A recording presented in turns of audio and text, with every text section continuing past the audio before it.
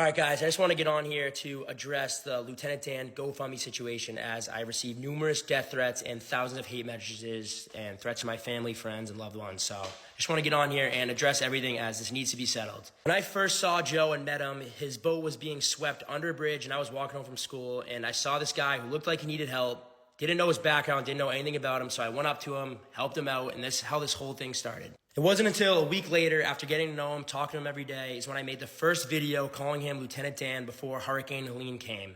It was never supposed to be this whole thing in just one funny video that I posted to my TikTok.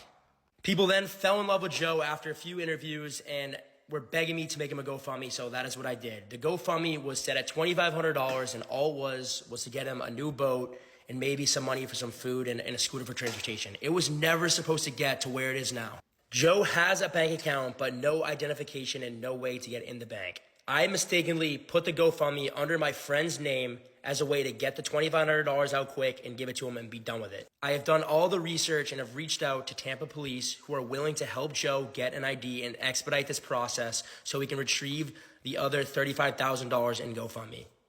I have retrieved all the money that was sent to my friend and I've gotten $7,000 in cash, and which will I be giving to him today. The rest of the money will be sent to Dan as soon as he gets his bank account information set. I'm sad to see where this has all gone to, and I really hope that this can all be resolved and we can all just move on with our lives.